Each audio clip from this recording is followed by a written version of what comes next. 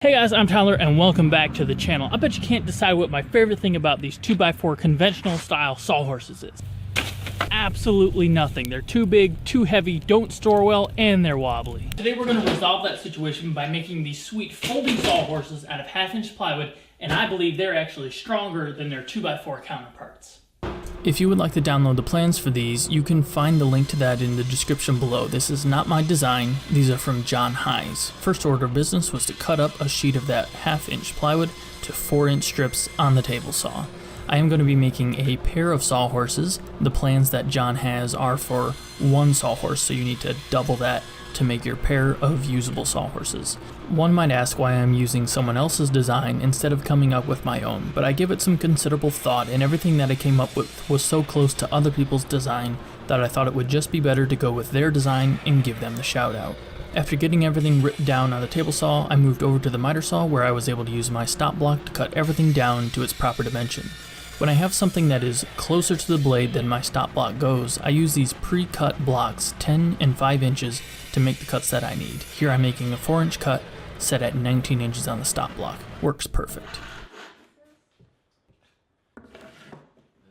As I am laying out these sections for the sawhorses, you can see how John's design ingeniously uses the layers of the plywood to act as half-lap joints. Very strong, and I was actually surprised how much so. This cross brace at the bottom I am going to try to remove on a future pair of sawhorses so that I can nest these together for use on smaller pieces that I may need to work on.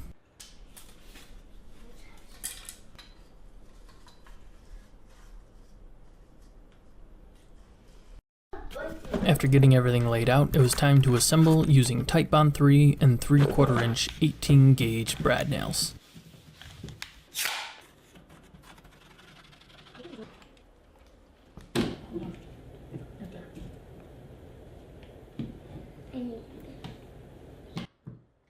Always fun to get the kids involved with the build, and my son was super excited to help out using the nailer while assembling the two sawhorses.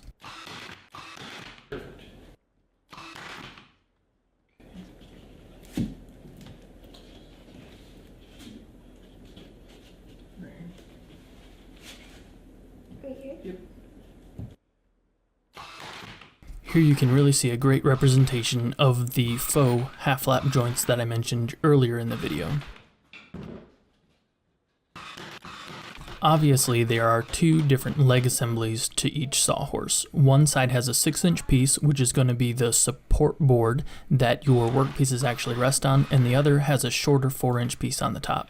That 6-inch board gets a 1.5-inch piece at the very top, and this is where you butt the hinges up against. I always love an awesome design, and it really showed right here. I butt the hinges up into place, put the shorter section up there, and it hinged down perfectly, dead flush down at the feet. What an excellent design.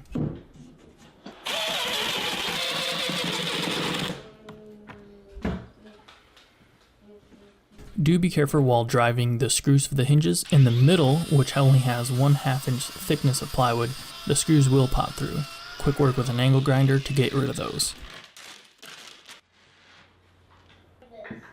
I will be using some leftover zinc-coated chain to hold the sawhorses in their open position, thus preventing them from doing the splits. This chain was actually left over from my hidden compartment floating shelf, which unfortunately we left in our old house. Link to that video up in the video cards. Like I mentioned before, I will be building another pair of these sawhorses, removing this bottom cross brace. I don't know if it will be strong enough, but that will allow me to nest the two sawhorses together to get some shorter pieces when I'm using it for painting. Here you can see how stable the sawhorse is. Hopefully the second edition that I build is just as good. Thanks for watching, everybody. Link in the description below if you would like these plans. Please hammer that thumbs up button, helps us out. I'm Tyler, and you guys have a good one.